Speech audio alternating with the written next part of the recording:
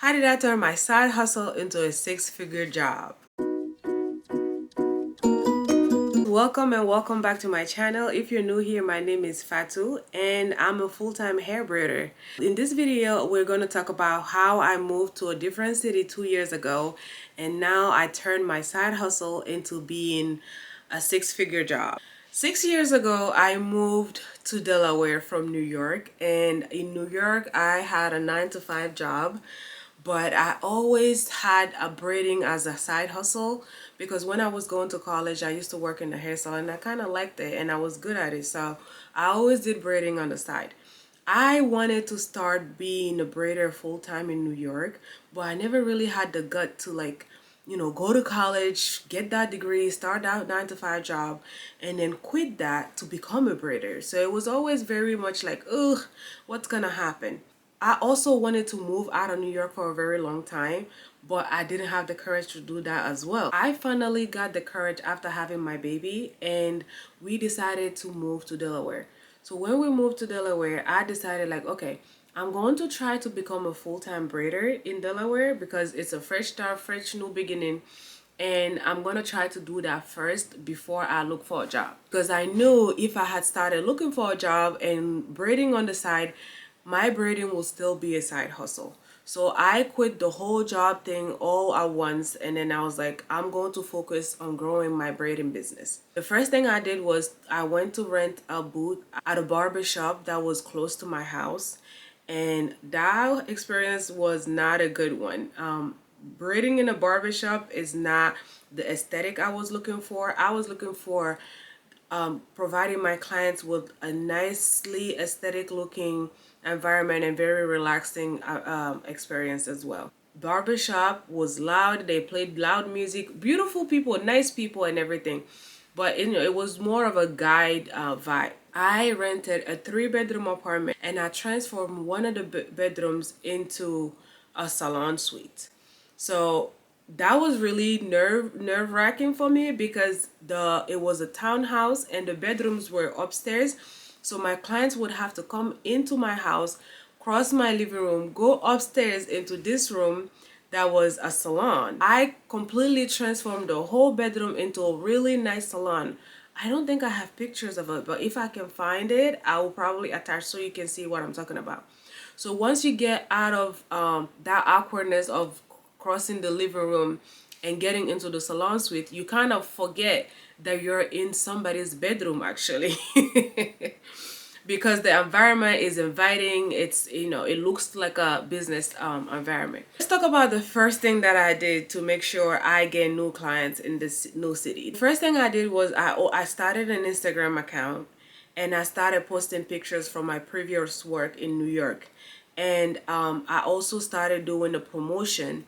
So at the time, I believe I did medium mid-back knotless braid for $120. Meanwhile, the Real Plus were $200 and up. I started looking. I'm like, okay, what is working right now? Right now in our generation, social media is everything. Influencers literally influence everything in people's lives. So I started looking for a local influencer. I didn't want somebody that's too big or, somebody that is out there for everybody. I wanted somebody that was local to Delaware. Thankfully, I was scrolling one day on TikTok and I came across this girl's page. Her Instagram page was First Stays Destination. She would talk about activities and things to do in Delaware, and I thought she was perfect. And at the time, she was just starting out her account as well. So I reached out to her and I was like, hey, I'm a new braider. I just moved to Delaware. Would you be interested in me doing your hair? And then you can feature my work on your page. And she was really nice and she agreed to it, and I did her hair. So once I did her hair and she posted the hair, literally at that point I started getting so many clients, so many inquiries, and my business just started booming from there. When I started getting those clients, now I got the clients in the door by promoting myself, right? But you need to be able to keep those clients. So in order to keep those clients, you have to make sure the first thing first, You have to make sure you're inviting, the environment that they're coming in is also inviting, and you're doing a good job. Because if you don't do a good job, they'll come that one time and they will not be coming back again. So you have to make sure you take your time, you do your work properly, you build that trust and relationship between you and the client, right? The next thing you're going to do, you're going to make sure your work ethic is impeccable, right? In a sense where you have to be on time, your work area has to be clean all the time, and you have to be able to be very friendly with people. One of the biggest compliments that I get from my clients is the fact that I'm always on time. So I'm not gonna say I'm 100% always on time, because things do happen. I can say that 95% of the time I am on time. How do I do that? Money is good and everything. You want to get as many clients in your chair as possible, but peace of mind and relationship with your client is more than that. So what I do is, a style that I would normally braid in 2.5 hours, I will add an extra 30 minutes to my booking. So for example, if I'm doing medium knotless braids and it will take me 2.5 hours to braid that, in my booking website, I will say that it will take me 3 hours, because that 30 minutes will account for my client being late. It would account for my client coming and their hair is not prepped, so I would have to blow dry the hair. It would also account for the fact that sometimes the client will come, they're booked for mid-back, but their hair is too long for mid-back. Now you have to braid for waist length. It would account for the fact that the client maybe, is going through something, needs to be using the bathroom frequently, or all of these things. There's so many things that happen that is out of your control when you're braiding. You have to make sure you're not just booking for the exact time that it will take you to do the braids. So that's one of the tricks that I do to make sure I'm always on time for my clients. Another thing you can do to help yourself look professional and be efficient is to sign up for a booking app.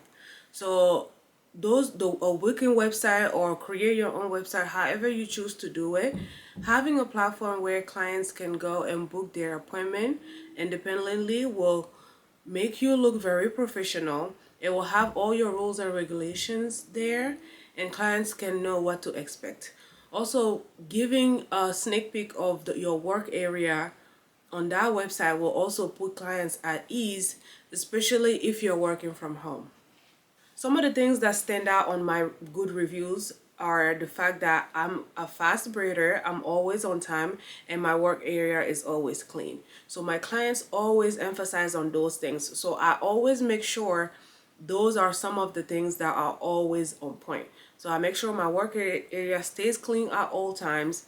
I try my best to be on time as much as possible, because sometimes things are out of your control, which is understandable. But if your client has been to you 10 times, and then one time you're running late, they would understand that. Another thing that I like to do when I'm running late is texting my client at least an hour ahead of time. The last thing I'm going to talk about is canceling on your client. Please, guys, the same way you don't want your client canceling on you last minute, try your absolute best not to cancel on your clients last minute. When you open your booking and it's open to be booked, make sure you fulfill those promises.